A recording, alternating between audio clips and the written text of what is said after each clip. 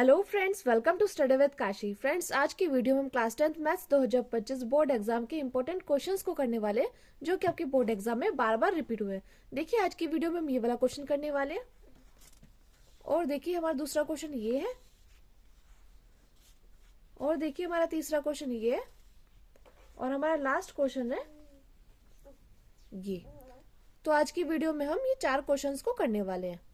तो देखिए हमारा पहला क्वेश्चन क्या था, हम पहले क्वेश्चन को सॉल्व करते हैं। तो देखिए इसमें लिखा है दो संख्याओं का योगफल 24 है, उनमें से एक संख्या दूसरी की दोगुनी है, तो संख्या क्रमशः होगी। यहाँ पर हमें दिया गया है कि दो संख्याओं का योगफल कितना है, 24 है, उनमें से एक संख्या क्या है, दूसरी की दोगुनी है, तो संख्या हमें बतानी है। तो देखिए हम यहाँ पे क्या लिखेंगे, हम यहाँ पे लिखेंगे माना दो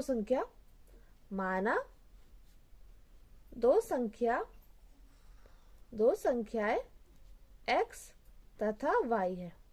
हमने यहाँ पे दो संख्या क्या मान ली, x और y मान ली। अब हमें क्या दिया गया, हमें दो संख्याओं का योगफल कितना दिया गया, 24 दिया गया। तो हम यहाँ पे लिखते हैं कि प्रथम शर्तानुसार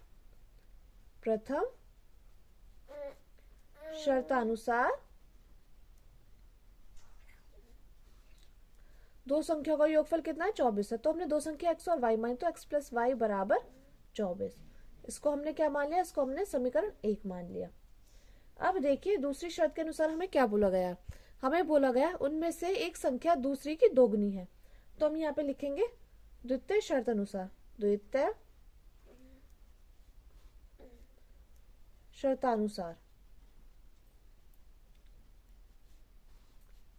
क्या है, इसमें एक संख्या दूसरी की क्या है, दोगुनी है। तो जब एक संख्या दूसरी की दोगुनी हो जाएगी तो क्या हो जाएगा, x बराबर 2y। ये मान लिया हमने समीकरण 2। अब हम क्या करेंगे, अब हम समीकरण 2 में से x का मान क्या कर देंगे, समीकरण 1 में रख देंगे। तो हम यहाँ पे लिखेंगे समीकरण 2 में से x का मान, समीकरण 2 में से x का मान समीकरण 1 में रखने पर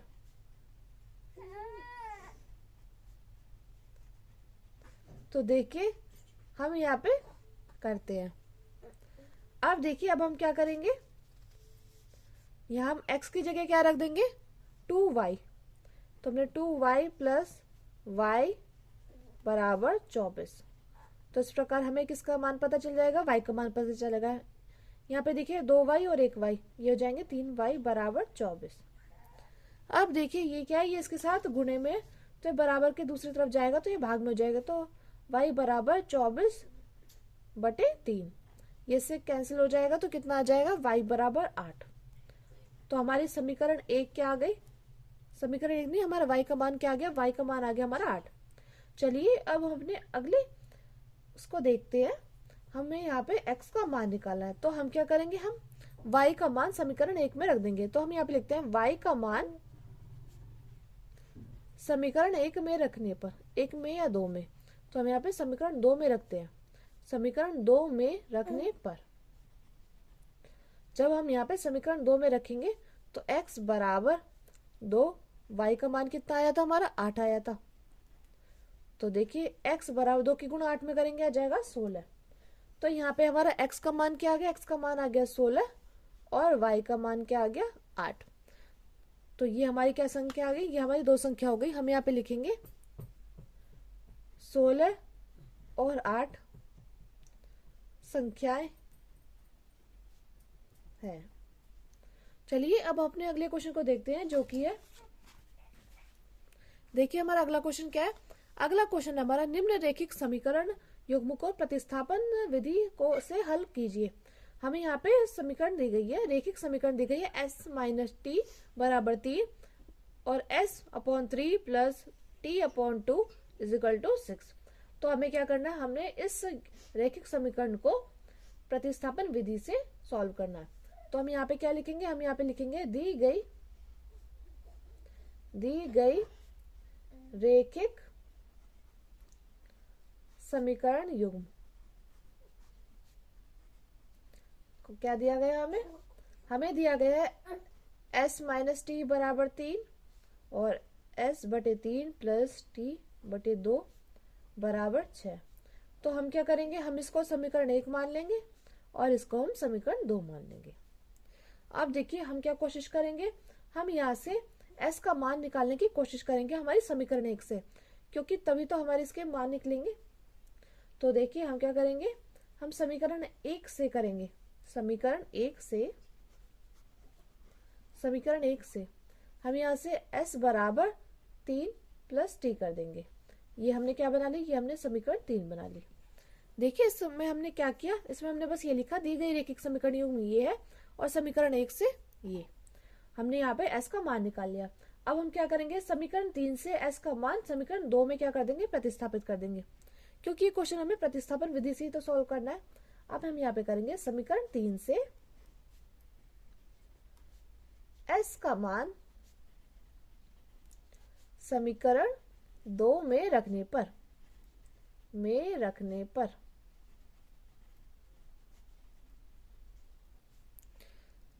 देखिए अब हम इस s की जगह क्या लिखेंगे, 3 प्लस t अपॉन में 3, अब t बाय 2 बराबर 6। अब देखिए अब क्या करेंगे हम, अब हम इसका एलसीएम लेंगे। जब हम इसका एलसीएम लेंगे तो इसकी इससे गुणा होगी और इससे गुणा और इससे गुणा। तो देखिए 2 की इससे गुणा होगी 3 प्लस t प्लस 3 गुणा t। अब देखिए इसकी इससे गुणा होगी 3 दूनी 6 बराबर 6।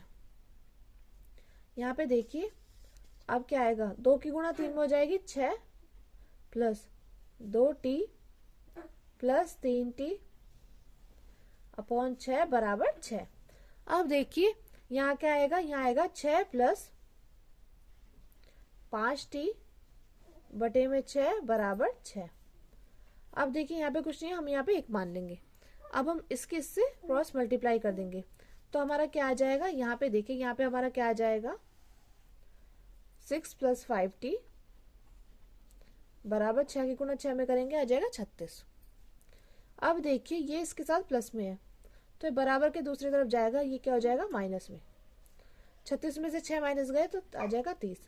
अब देखिए यहाँ पे आ गया 5t, ये इसके साथ क्या है गुणे में, तो बराबर के दूसरी तरफ जाएगा, ये हो जाएगा हमारा भाग में, तो 5 का 30।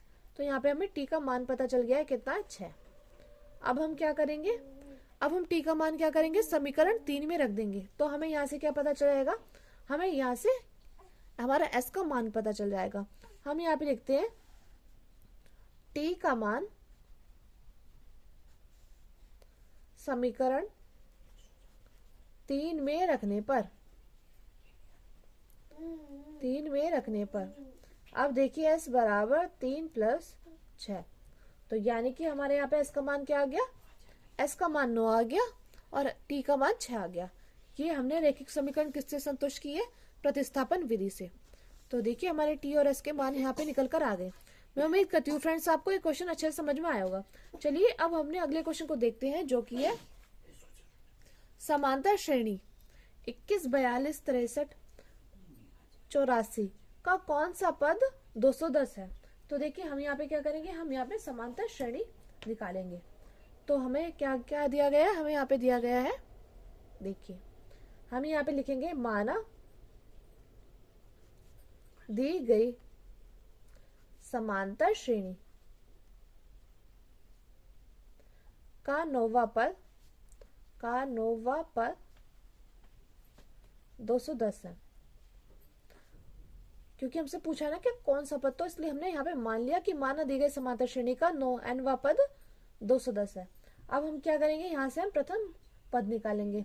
तो देखिए प्रथम पद क्या हो जाएगा, हम जानते हैं कि प्रथम पद क्या होता है, प्रथम पद होता है a, यानी कि जो सबसे पहले हो वो हमारा क्या कहलाएगा, प्रथम पद कहलाएगा। तो यहाँ पे प्रथम पद क्या है, 21 है। अब क्या निकालेंगे, सर्वांतर निकालेंगे। सर्वांतर ये कैसे निकालते हैं हम दूसरी संख्या में से पहली संख्या क्या कर देंगे, माइनस कर देंगे। तो हमें यहाँ पे सर्वांतर निकल के आ जाएगा। 2 में से 1 जाएगा 1, 4 में से 2 जाएगा 2। अब देखिए यहाँ पे देखिए an क्या था, 210, तो हम अब लिखेंगे an बराबर 210। अब हम जानते हैं कि हमारा सूत्र है n बराबर, n पद निकालने का, n बराबर a plus n minus 1 into D, ये हमारा सूत्र है n व पद निकालने का समांतर श्रेणी में। अब देखिए n क्या है 210 है और a क्या है 21 है। अब n हमें क्या है, n हमें नहीं पता, n हमें निकालना है। अब d कितना था, d था हमारा 21। अब देखिए 210 बराबर 21 प्लस इसकी गुणा इसमें करेंगे, फिर इसकी गुणा इसमें कर देंगे, तो 21n माइनस 21। अब देखिए इस 21 से ये कैंसिल हो जाएगा, तो देखिए यहाँ पे क्या आ जाएगा, यहाँ पे आ जाएगा 21n बराबर 210। अब ये बराबर के दूसरी तरफ जाएगा तो ये भाग में चला जाएगा, तो ये कितना आ जाएगा, जब हम इससे कट करेंगे तो आ जाएगा ये 10। तो हमारा n का मान कितना आ गया, 10 आ गया। तो हम यहाँ पे लिखेंगे समांतर श्रेणी का 10वां पद 210 है, क्योंकि हमें क्या निकालना था, हमें कौन सा पद निकालना था। हम यहाँ पे लिखेंगे समांतर श्रेणी का 10वां पद 210 है। तो फ्रेंड्स हमें ये क्वेश्चन इस प्रकार से सॉल्व करना था। मैं उम्मीद करती हूँ फ्रेंड्स आपको क्वेश्चन अच्छे से समझ में आया होगा। चलिए अब हमने लास्ट क्वेश्चन को सॉल्व करते हैं, जो कि है सिद्ध कीजिए cos 0 degree plus sign 30 degree plus sine 45 degree sine 90 degree plus cos 60 degree minus cos 45 degree बराबर 7/4 है। तो देखिए हमें क्या करना है, हमें सिद्ध करना है। तो देखिए हमें सिद्ध करना है, तो ये होता है LHS यानी कि लेफ्ट हैंड साइड और ये होता है राइट हैंड साइड। तो हम यहाँ पे लेंगे LHS बराबर cos 0, पहले हम ये लिख देंगे सारा जो हमें LHS दिया गया है, sine 30 degree plus sine 45 degree, और क्या दिया गया है, और दिया गया है साइन 90 डिग्री, ये इसके साथ क्या है गुणे में, plus cos 60 degree minus cos 45 degree. हम जानते हैं कि cos 0 का मान कितना होता है, 1 होता है, साइन 30 का 1/2 और साइन 45 का 1/√2 इतना होता है। और देखिए साइन 90 का मान कितना होता है, 1 होता है। cos 60 का मान कितना होता है, 1/2 और इसका cos 45 का 1/√2। अब देखिए ये हमें क्या है, ये हमें पता है। यहाँ पे देखिए, यहाँ पे हम क्या करेंगे, इन दोनों का एलसीएम लेंगे, तो यहाँ पे आ जाएगा 2 और ये यहाँ पे 1 है तो हम 2 से गुणा करेंगे, जिसके हम नीचे गुणा करेंगे उसके हम ऊपर भी करेंगे, तो यहाँ पे आ जाएगा 3/2 प्लस 1/√2। इसी प्रकार यहाँ पे 3/2 माइनस 1/√2 आ जाएगा।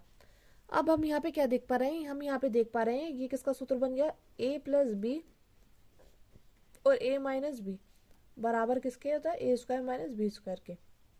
तो हम इसकी जगह क्या करेंगे, हम इसकी जगह ये लिख देंगे, इसकी जगह हम लिखते हैं 3/2 का होल स्क्वायर माइनस 1/√2 का होल स्क्वायर।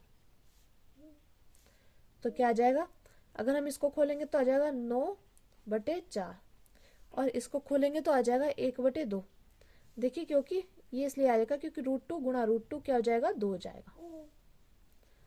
तो देखिए जब हम इसका एलसीएम लेंगे आ जाएगा 4, 9 माइनस 2, तो 9 में से 2 जाएगा, कितने बचेंगे, ये बचेगा हमारा 7। तो 7/4 ये आ गया हमारा राइट हैंड साइड। यही हमें फ्रेंड्स इसको सॉल्व करना था। मैं उम्मीद करती हूँ फ्रेंड्स आपको ये क्वेश्चंस अच्छे समझ में आए होंगे। और फ्रेंड्स मैंने जितने भी क्वेश्चंस कराए मोस्ट इंपॉर्टेंट और बार बार आपकी बोर्ड परीक्षा में रिपीट हुए हैं। तो चलिए फ्रेंड्स आज की वीडियो में इतना ही। अगर आपको वीडियो अच्छी लगी तो प्लीज़ हमारे चैनल को सब्सक्राइब कीजिए, वीडियो को लाइक शेयर कमेंट जरूर कीजिएगा। Thank you, thanks for watching.